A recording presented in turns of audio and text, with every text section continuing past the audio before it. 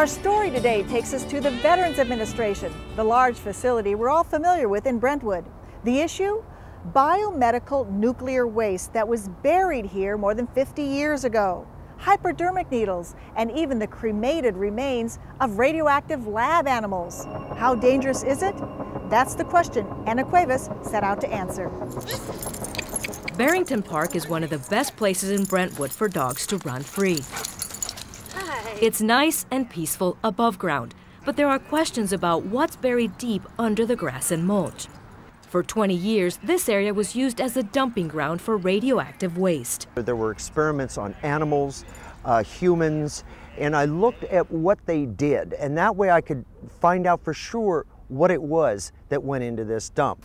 Michael Collins is a freelance environmental reporter. He first heard about the dump 6 years ago when an environmental group brought it to his attention. They had tried a quarter century ago to bring the facts of the matter to the public's attention, and did, and unfortunately for them, failed to convince government leaders and the community enough that there was enough of a danger to have the area properly characterized before the building of the park that we're at now.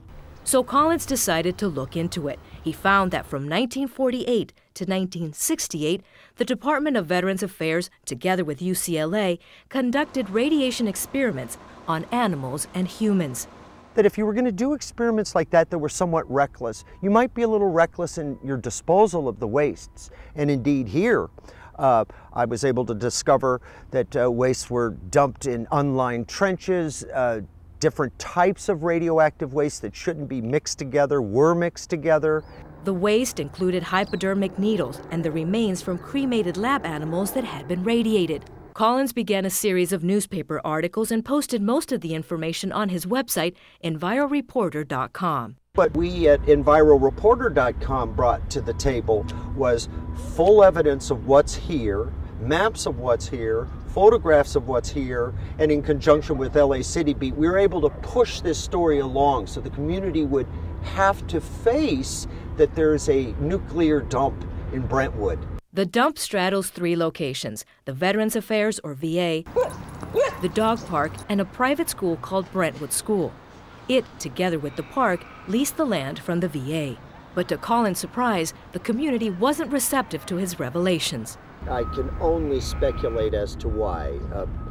People not wanting Brentwood to be associated with having a nuclear dump, neighboring Brentwood School, getting tagged with the moniker Nukem High. Any of these kinds of things might be a reason that they were reticent at that time to look at this issue more seriously. But at Brentwood School, someone was paying attention.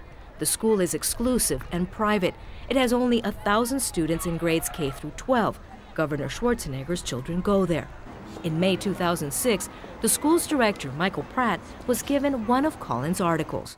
But we had known before that there were burial sites on the VA property, including several solid waste burial sites on our campus. Those, when the excavation for the fields had been initially done, any debris that was uncovered was removed. No radioactive materials were found at that time. He's referring to the athletic fields located on campus. The Brentwood School agreed to share the fields with the VA when the students weren't using them.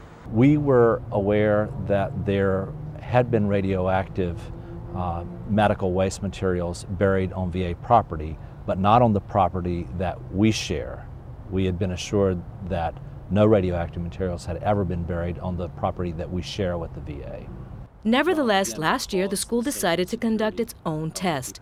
A new aquatic center was being built near the dump site, and since the area was being dug up, it was the perfect opportunity to test the soil for nuclear waste and other contaminants.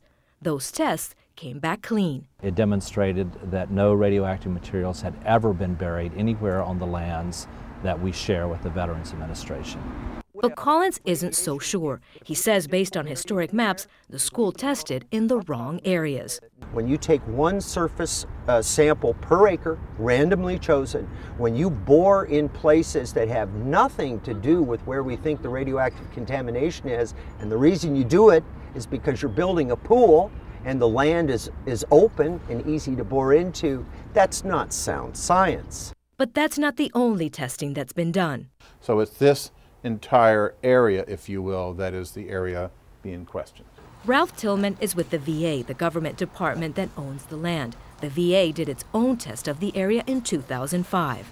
All the independent studies that have been performed have drawn the same conclusion, that there are no safety or health concerns, environmental safety or health concerns, on the properties in question. That's true, with one exception.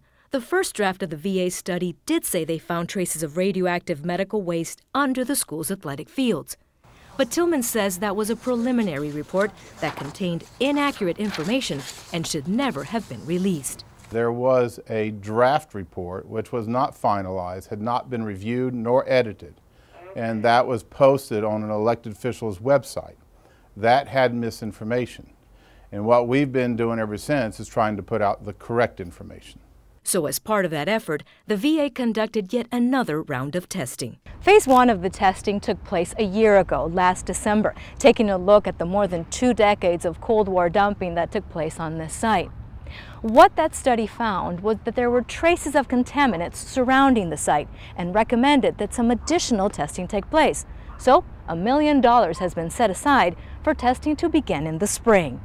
These red flags are from that Phase 1 investigation and indicate hotspots, places where toxic waste was detected. Tillman says Phase 2 will look into that. It's just more detailed. They will do subsurface exploration, soils borings at a number of different sites. So it's just a more extensive study than Phase 1. But Collins doesn't understand why the VA doesn't simply go to the areas where they know the waste was buried. We have maps that the workers have created from back in the day that say this is where we dumped this stuff. What we would recommend and what would be cheaper and what would cut to the chase is begin to excavate it. From our perspective, there's nothing to get out. In other words, it's a safe environment. The land is safe, the surface is safe. And so unless the test results would cause that recommendation for us to do soil remediation, then that would be a proper action. But again, until we get the results, we don't know. You've been conducting this investigation for the past 6 years. How frustrating has it been not receiving a positive response from the VA, from the school, and even the residents themselves? It's been very frustrating. So while it may be frustrating, the fact is we're doing the kind of reporting that will hopefully end up benefiting the public good. For the time being, the site remains closed and new metal signs warn people to stay away. Collins hopes Phase 2 will answer his remaining questions, but he's vowed to continue following the story until he's assured the land used by kids, the people of Brentwood, and their dogs is hazard-free. I'm Ana Cuevas for Life and Times.